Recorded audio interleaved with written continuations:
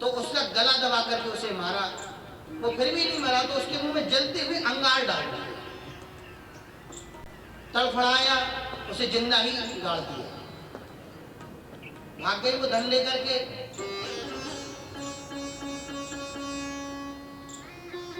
गोकर्ण जी महाराज को पता चला भैया मर गए, मैया मर गई, तो उसने जहां जहां पर थे उन्होंने श्राद्ध कर्म किया, पुण्य कर्म किए, उनके नाम के दान किया। घर पे आए, पिताजी रोने लग गए। बोले भैया हम बताओ कहाँ जाएं, क्या करें, मर जाएं। बड़े दुखी। बोले पिताजी सुखी कौन है, ये भी तो बताओ। न चेन्द्रस्य सुखम किंचित न सुखम चक्रवर्तिनः सुखमस्ते विरक्तस्य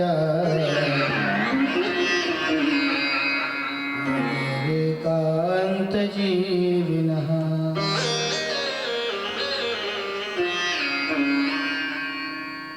मुनिरेकांतजीविनः। बोले पिताजी नाचेंद्र से सुखम किंचन, इस संसार में, इस ब्रह्मांड में इंद्र भी सुखी नहीं है, ना चक्रवर्ती राजा सुखी है। बोले कौन सुखी है? लोग अलवस्त पड़े, जिन्हें कोई मतलब नहीं, किसी से कोई मतलब नहीं। कोई तन दुखी, कोई मन दुखी, कोई धन बिन रहे तो उदास, थोड़े थोड़े सब दुखी, सुखी श्याम के दास। अच्छा सच पूछो, जो जिसका जो इष्ट है, जिन्हें आप मानते हैं, तो जो उनका दास है सो सुखी। पिताजी चक्कर मत पड़ो, क्या करो? 10 मिश्रण का पाठ करिए, आप तो भगवान का भजन करो। पिताजी चले गए। गोकर्ण जी ने सोचा जहाँ चलो जन्मभूमि है वहां जाके रात तो रुकी ले। जाकर के सोए तो वहां धुंधकारी पहले बैल बन के आया, फिर शेर बन के आया, फिर भैंसा बन के आया, कई रूप में आए, लेकिन बोल ना पाए। तो महाराज ने हाथ में जल लिया। और गायत्री मंत्र का पाठ कौन कौन जानता है? हाथ खड़े करें। गायत्री मंत्र कौन कौन जानता है? सब लोग जानते हैं, और जो नहीं जानता है जरूर बोला। जानते सभी, कई लोग ठीक है मैं उठा दिया, हाँ हो जाता है ऐसा।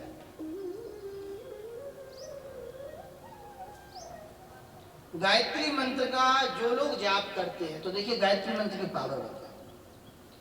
गोकर्ण जी महाराज ने हाथ में गायत्री मंत्र का 7 बार उच्चारण किया, और उस प्रेत के ऊपर जैसे ही प्रक्षालन किया तो वह प्रेत बोल पड़ा, भैया बचा ले। बोले क्यों रे भैया कहां से? बोले मैं तुम्हारा बड़ा भाई हूं गंधकारी।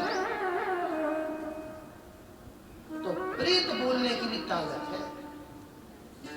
इसलिए सभी लोग चाहे 11 बार, और जो लोग गायत्री मंत्र का जाप नहीं कर सकते हैं वह ओम नमः शिवाय का जाप।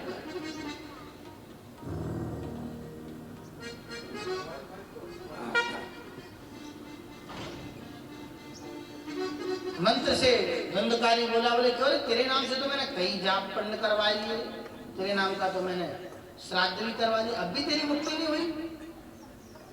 बोले महाराज 1 बार नहीं 100 बार करा दे, मुझे शांति नहीं मिलेगी। बोले क्यों महाराज ऐसा क्यों बोल रहे हो? बोले कारण है। बोले थोड़े बहुत होते तो कहीं भी तर जाते, हम तो उसको टिके हैं कि ये सब काम में नहीं आएगा, कुछ और उपाय करो। तो गोकर्ण जी महाराज ने सूर्य भगवान को रोका और बोले महाराज गायत्री मंत्र के बल से सूर्य को रोक दिया, जो सूर्य कभी रुकते नहीं है, तो सूर्य की गति को रोका। बोले महाराज पहले बता के जाओ। बोले क्या? बोले इसका उद्धार कैसे करें? बोले श्रीमद् भागवत कथा का पाठ कराएं। ठीक है महाराज, सभी को बोल दिया भैया कल से कथा होगी, सभी लोग पधारे, सभी लोग आ गए। अब अच्छा कथाओं में कुछ मैं बताऊं, कुछ लोग 7 गांठ का बांस गाड़ देते हैं, काला झंडा गाड़ देते हैं। अरे भैया जी पाखंड मत पड़ो फालतू में। वो प्रेत था, उसे कोई जगह नहीं मिली, वो प्रेत हवा के रूप में रहता है। प्रेत क्या होता है? हवा के रूप में। तो उसे कोई जगह नहीं दिख रही, वो कहाँ जाए? तो एक बांस था, वो मोटा बांस, उसमें बीच में बहुत काफी जगह थी, तो भाई हवा चलती इधर की तो उधर भाग जाता बेचारा। तो उसे कोई जगह तो चाहिए थी बैठने को, तो वो बांस में जाके बैठ गया। तो पहले दिन की कथा हुई, दूसरे दिन की कथा हुई, तीसरे दिन की कथा हुई, वो 7वां दिन उसने कथा सुनी तो एक एक दिन करके 7 दिन की ग्रंथियां टूट गई। अब कोई जब गुरु जी ने बांस गाड़ा दी, टूटे भी तो पहले धुंधकारी भी तो है कोई, जबरदस्ती किसी ने कहा बोले ऐसे ही होना, भाई ऐसे ही होना है। एक के पिताजी थे उसकी शादी हो रही थी, तो पिताजी बिल्ली पाले थे। अब वो उसे हमेशा दूध पिलाओ, उसे बड़ी गुस्सा है, बोले हमें दूध नहीं मिलता, ये इन्हीं को पिला देते बिल्ली को। तो आज उसकी शादी थी, तो उसके मित्रों ने कहा सुना आज तू जो बोलेगा वो होगा, तू दूल्हा है। बोला रुक जाओ, आज मैं देखता हूँ इस बिल्ली को, ठिकाने लगवाता हूँ। तो वो खन्नास में बैठा था, उसे पता चला, तो पंडित जी के पास गया, बोले महाराज बिल्ली बचा लेना मेरी। तो उसे जो कुछ दक्षिणा दी वो पंडित जी को, तो पंडित चिंता मत करो, चलो तुम्हारी बिल्ली कहीं नहीं जाएगी।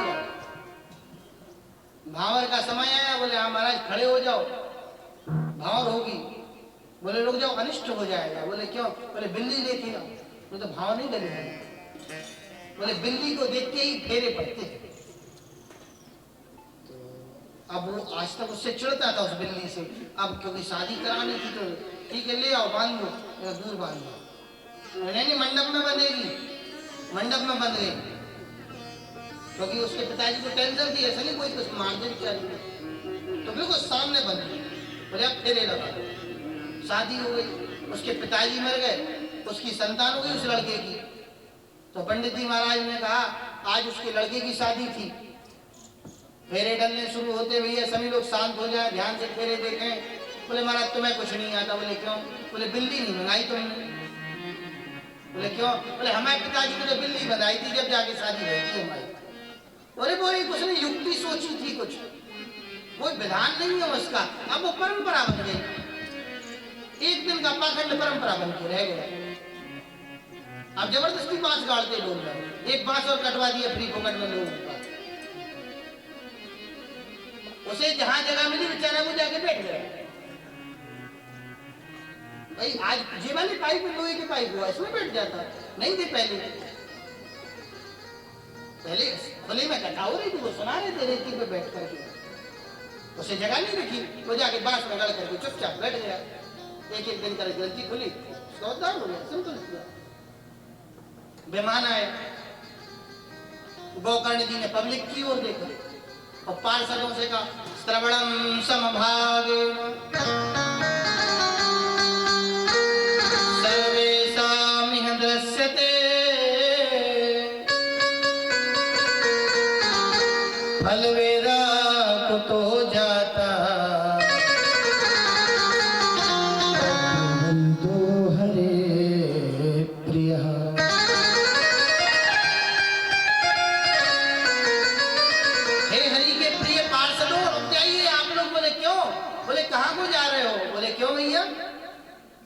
बोले महाराज जरा ये तो बताओ, सबने कथा सुनी, पूरे गांव ने कथा सुनी, अच्छा आप सभी लोग कथा सुन ले,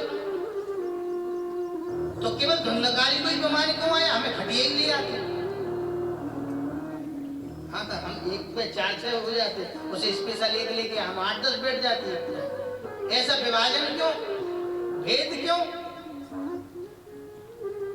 तो हरि के पार्षद बोले भैया जी सब यहाँ बैठे ही थे, केवल बैठे थे। ब्रज भाषा में कही जाए घूमरो शरीको बैठो। घूमरो कह दो, मिट्टी को एक बड़ो सा मटका बना दिया जाए और उसमें अनाज भरते का है, तो उसके लिए घूमरो कहे। अब यहाँ पे जो भी मिट्टी का एक बड़ा सा पहिला बना है, उसी नहीं घड़ा तो मिट्टी चोरी कहते, बंडा भी कहते, इसमें सब भर देते हैं। तो बोले घूम लो शरीर को बैठो। बोले जी सब बैठे रहे इधर, एक ने तो पूरी जिंदगी भर की पंचायत कर ली 3 घंटा। अच्छा तो घर में ठीक ठाक, और कथा की आरती होने के बाद और कह रही है सुन बाकी बातें कल कल करेंगे हो। उसके 3 घंटे में पंचायत खत्म ही नहीं है। तो बोले जी सब बैठे थे केवल यहाँ, तो ऐसे में आप अपना समय और खराब करो। तो बोले महाराज अब क्या करें? बोले फिर से कथा सुनाओगे। तो महाराज पर 7 दिन फिर कहता भाई तो पूरा गांव को गांव तो अब कौन जाने को तैयार, कल से एक जजमान नहीं आएगा। चिंता मत करो, जब जाएंगे तब विमान आएगा, लेकिन कथा सुनते रहो। अभी थोड़ी दिन सुनी, कल फिर सुनेंगे। देखो ऐसा है 3 घंटा कोई मन से नहीं सुन सकता, ये हमें पता है। तो अभी 5 मिनट सुनी, कल 5 मिनट तो वो काउंटिंग होती जाएगी, तुम्हारी काउंटिंग होती जाएगी। अब जब वो जिस दिन तुम्हारे 21 घंटे हो जाएंगे तो एक कथा पक्की होगी। तो अब इस कथा में जितनी कर पाओ मस्ती और जितनी सुन पाओ बराबर कर लेना, तो दूसरी कर चलती है तो चलने दो। बोल मां के बिहारी लाल की उद्धार हुआ। सभी लोग मन श्री राधिका रानी के चरणों में दीवाना कर ले कि हे राधा रानी अपने चरणों में हमें दिखाई दो। आइए नाम संकीर्तन करते हुए फिर कथा को। तो मन हो जा दीवाना रे राधा जी के चरणों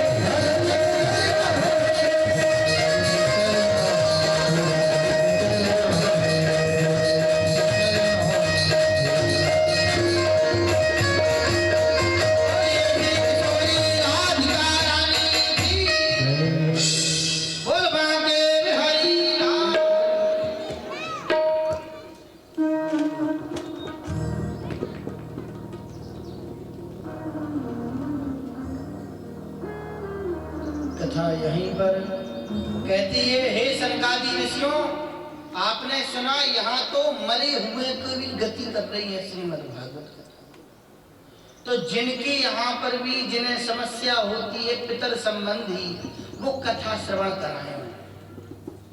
क्योंकि वो मास अलग आता है। शंकरा जी के यहाँ पे जो कथा हुई थी वो उसी समय हुई थी, और अभी चूंकि सत्र दूसरा है। लेकिन हाँ, फिर भी अगर हम चाहें तो हम लोग शाम को दक्षिण दिशा में अपने अपने घरों में सरसों के तेल का दिया जलाएं और यजमान बनकर। कैसे यजमान बनना है? किसी को कोई डोनेशन नहीं देना है, जो देना है वो उसके लिए मनाही भी नहीं है, आप कर सकते हैं। धर्म में मैं क्यों रोकूं आपके लिए, आप करिए अपना। लेकिन अपने ही घर में थोड़े से चावल लें, थोड़ी सी सुपारी लें, कुछ जो भी आपको रुपए रखना हो, और उनके नाम से, अपने पितरों के नाम से रखें कि आप लोग वहाँ कथा चल रही है, आप सुनने आए, वो आके कथा सुन जाएंगे। और शाम को दक्षिण दिशा में सरसों के तेल के दिया जलाएं, लंबी बत्ती का दीपक जलाएं और कुछ भोग भी लगाएं। पुरुष करें तो ज्यादा अच्छा होगा, अन्यथा घर की बड़ी माता ना करें, कुंवारी कन्या ना करें। जिस घर में विवाह हो गया है वो तो चले जाए, मतलब जिसको जाना है घर से वो ना। और ये करें तो उन्हें कुछ आनंद रहेगा, आपके घर में कुछ सुख समृद्धि और बढ़ेगी। है ही, अगर आनंद नहीं होता तो 3 घंटे यहाँ कैसे दे दे भाई? आदमी समय जब ही देता है जब सब कुछ ठीक ठाक हो। अभी सोचो जो एकदम ही परेशान हो, माना 3 घंटे इधर जहर खाने की फुर्सत नहीं है, वो दिन भर दौड़ते ही रहते। ये भगवान की बड़ी विशद कृपा है। हाँ, थोड़ी बहुत प्रॉब्लम सबको फेस करनी पड़ती है, क्योंकि आपने राम जी को भी करनी पड़ेगी। लेकिन बात वही है कि अगर आप उसका भी आनंद ले लो, आप हर परिस्थिति में मुस्कुराते रहिए, भगवान की सदैव कृपा बनी रहेगी। बोले भक्तवत्सल भगवान की। सनकादि ऋषियों ने कहा, हे गुरुदेव, तो यह बताइए ये कथा करनी कैसे, कैसे करनी चाहिए, सुनना कैसे चाहिए? तो अब विधि।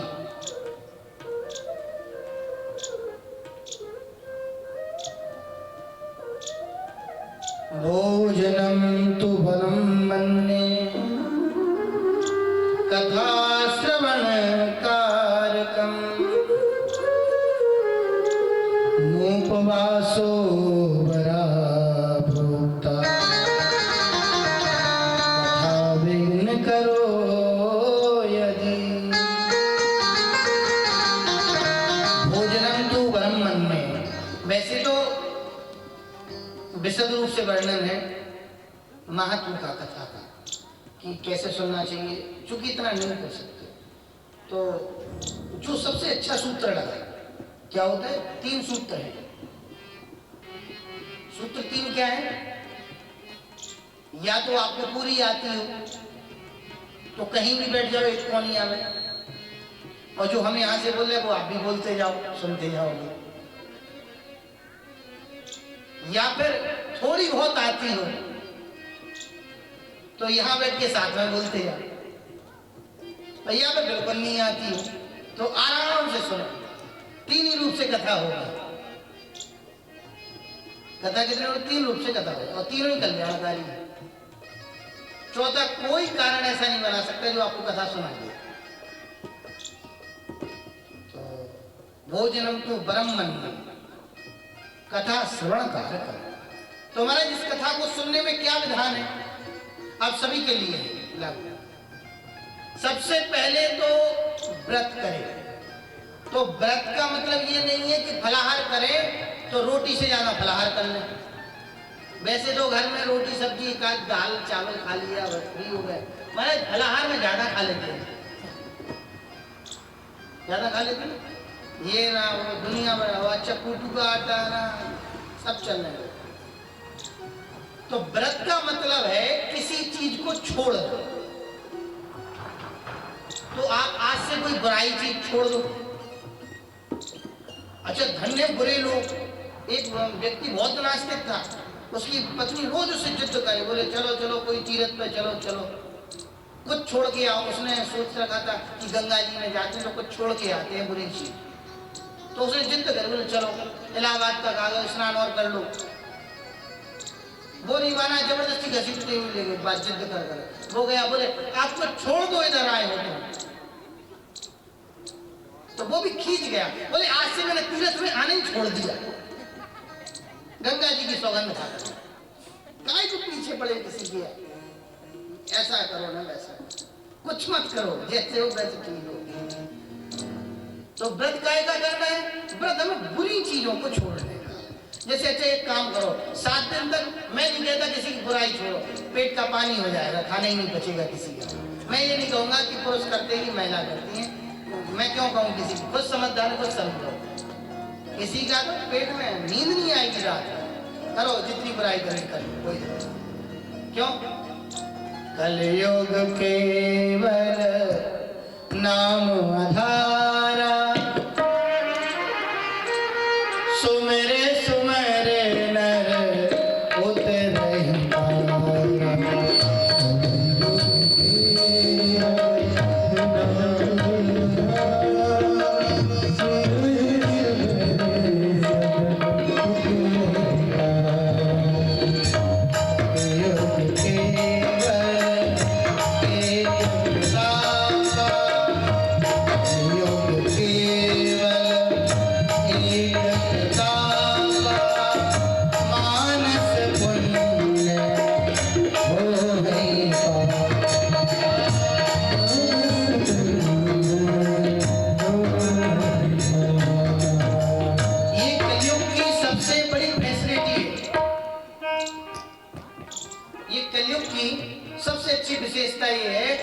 कलयुग में मन से किया हुआ पुण्य तो लग जाता है, लेकिन मन से किया हुआ पाप नहीं लगता। तो बुराई करे तो कर लो, कोई समस्या नहीं, नहीं काय को अपना मुंह खराब करे, जब लगना ही नहीं है बुराई उससे तो काय को कर रहे, ठीक है। अब मैं ये नहीं कहूंगा ये कौन करते हैं, जो ज्यादा हंसेगा समझ लो वही करता बुराई एक दूसरे की, ये मानस पुण्य सीधी सी बात। तो व्रत काय को करना है, 7 दिन बुराई तो नहीं छोड़ पाओगे। मैं ऐसी बात कहूंगा ही नहीं कि आप नहीं कर पाओ तो पाप लगे, भाई ब्राह्मण लोग ऐसा करो, आदेश तो नहीं करना चाहिए गद्दी से कभी भी, क्योंकि अगर मान लो सामने वाले ने नहीं कर पाया तो उसका अपराध हमें लगेगा। तुमने काय को कहा था उससे, उसने तो नहीं पूछा। तो अगर कर सको तो ये भी छोड़ सकते हो, वैसे नहीं छूटेगा। तो 7 दिन क्या करना है, बोले 7 दिन अनावश्यक मोबाइल देखना बंद कर दो। अच्छा टीवी मोबाइल देखना बंद कर दो, उतना अनावश्यक, जरूरी करें, ऐसा नहीं फोन आ रहा हो उठाएंगे, अनावश्यक 7 दिन वो बंद कर दो। अच्छा बस हो गया, तुम्हारा व्रत हो गया। भाई समय के साथ देश काल परिस्थिति बदली ना। पुराने समय में जब तक होता था 10-10 हजार वर्ष बैठ करके तब करते थे लोग, तब जाके भगवान से कहीं जाके रूबरू होते थे। त्रेता आया, वही साधना पक्ष था, योग नियम संयम का मामला था, हजारों वर्ष बैठते रहे। द्वापर आया, यज्ञ होने शुरू हो गए, बोले यज्ञ करो, बड़े बड़े यज्ञ हुए, उसमें भी कमर टूटने लग गई। तो कलयुग आ गया, बोले अच्छा एक काम करो, भजन ही कर लो। समय के अनुसार बदली ना व्यवस्थाएं, तो अपन लोग भी बदल देते हैं व्रत को थोड़ा सा। इन 7 दिन तक बुराई को, अनावश्यक ना बोलना, सबसे अच्छी बात गाली नहीं देना। इन 7 दिनों में कम से और ये कंट्रोल कर लिया तो हो गया व्रत। अब आ जाता है दूसरा व्रत, और वो दूसरा व्रत काय का है? वो दूसरा व्रत है आपका भोजन पानी का, जो करते हैं फलाहार का। तो उस व्रत के फलाहार के लिए मैं आपको बता दूं, श्लोक स्पष्ट कह रहा है, श्रीमद् भागवत कह रही, मैं नहीं कह रहा हूं। भोजनम तु वरम मन्ये कथा श्रवण कारकम नोपवासो वरा प्रोक्ता तथा बेन करो यदि।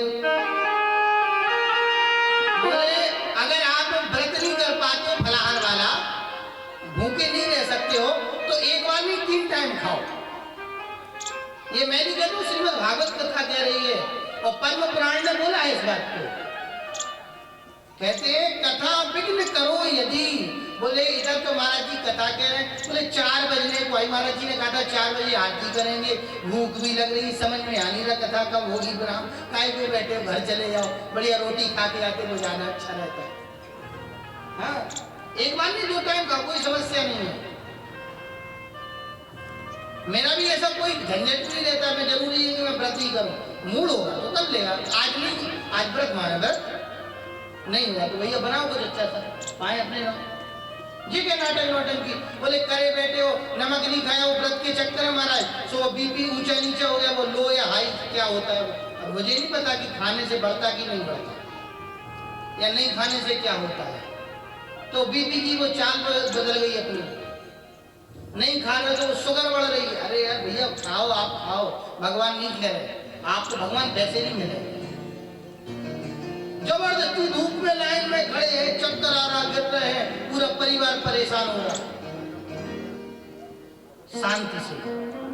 भगवान भी कहते जी देखो क्या पाखंडी है रे, अभी मेरे पास बड़ा माथा रगड़ रहा हो, अभी उसे के लिए मन में करानी सोच के गया, तो भगवान के लगे रहो, मेरा क्या जा रहा है, बहुत है,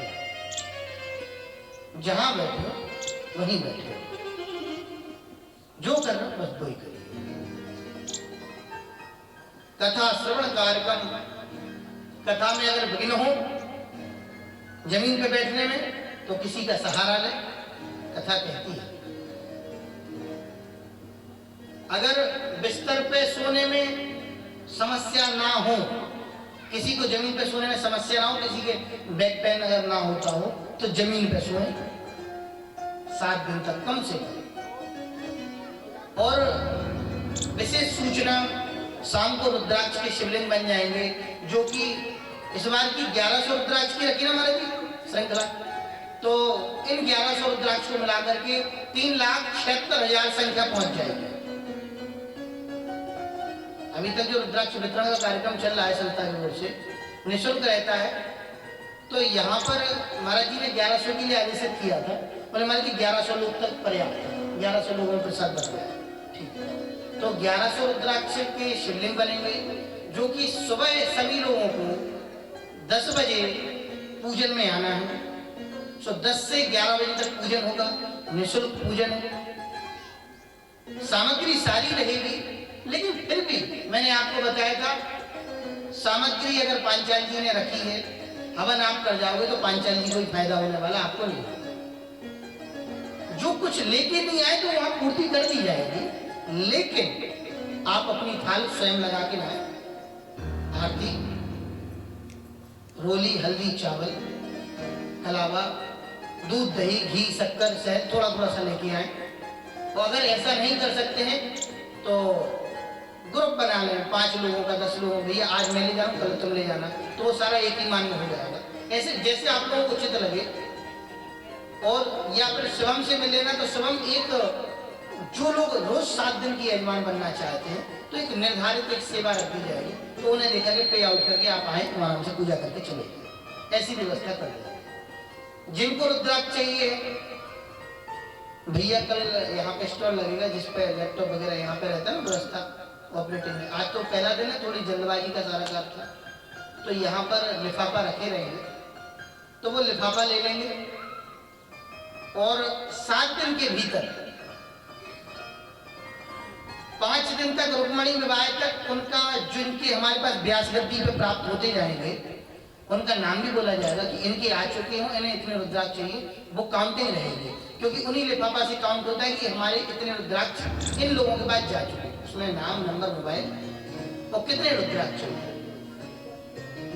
दक्षिणा के नाम पे पीले चावल जो आपको रखना चाहे वो आप रख सकते हैं, और व्यास गद्दी पे देंगे तो यहाँ से समझ में आएगा कि या स्वयं को दे दें, किसी को भी दे, तो जब यहाँ से बोला जाएगा पांचाल जी को भी, या फिर व्यास गद्दी पे दे दें, सबसे अच्छा है। तो यहाँ से बताया जाएगा इन लोगों का आगे, ये लोग रह गए। कई बार ऐसा हो जाता है कि आपने दिया, किसी को दिया, उससे गलती में छूट गया कहीं पे, तो वो कहता गुरु जी हमने 5 रुद्राक्ष के लिए बोला था, हमें नहीं मिल पाया। पंचपिपली में ऐसा हो चुका है, ओम जाट जी हैं, उन्होंने कार्यक्रम कराया, तो एक माई में एक परिवार ने 7 रुद्राक्ष के लिए दिया, तो चलो अपनी अपनी व्यवस्थाएं हैं, सास अलग रह रही थी, दोनों बहुएं अलग अलग थी, तो उन्होंने अपना अपना भर से हो गया उससे, किसी को पता ही नहीं चला। और काउंटिंग वही चल रही थी। अब जैसे यहाँ 1100 तो 1100 लोगों का रुद्राक्ष कर लेगा, लेकिन सिद्ध रुद्राक्ष कुछ रखेगी ऐसी बात नहीं, 1000 तक की व्यवस्था और भी रहती है। तो हम लोग को वहां से पूर्ति करनी होती है, तो जिन्हें चाहिए वो ले सकते हैं।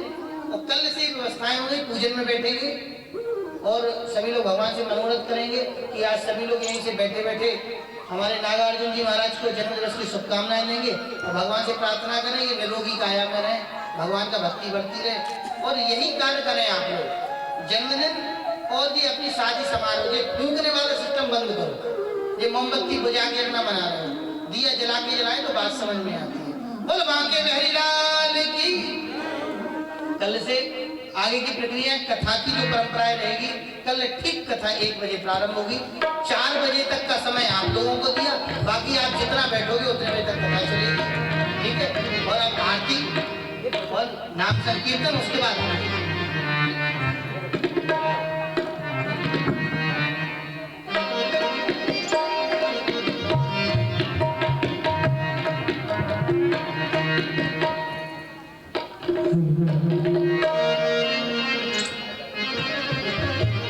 पूजन का समय 12 से 1 और 1 से कथा, ठीक है।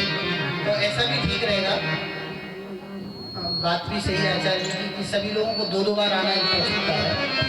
तो कल मध्याह्न 12 बजे से 1 बजे तक पूजन का समय रख दिया गया और फिर 1 बजे से यहाँ कथा। तो यहीं के पूजा में तो खाली रहेगी आपके पास आरती की, तो दोबारा लाना भी नहीं पड़ेगा, तो आप बड़ी आरती भी कर लोगे सभी लोग। अभी एक आरती कितनी तैयारी करी जाए, और फिर सबको लगता है हमें भी आरती करनी है, अपनी अपनी लाओ आरती करो। और हाँ, दूसरे की साड़ी को बचा के ऐसी रखनी भी है, वरना मालूम चला अपना ध्यान ही नहीं है दूसरे का। बोल बांके बिहारी लाल की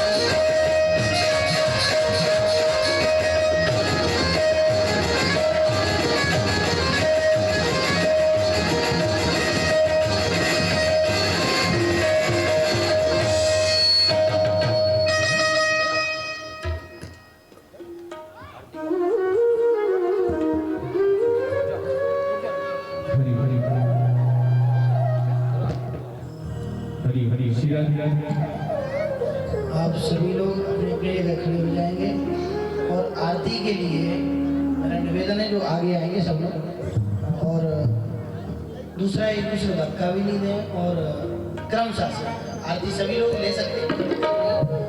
पाँच पाँच करके ग्रुप करके हाथ लगा लगा के सभी लोग करते जाएंगे आराम आराम से, और कल से सभी लोग अपनी अपनी व्यवस्था के साथ रहेंगे तो और ज़्यादा अच्छा रहेगा।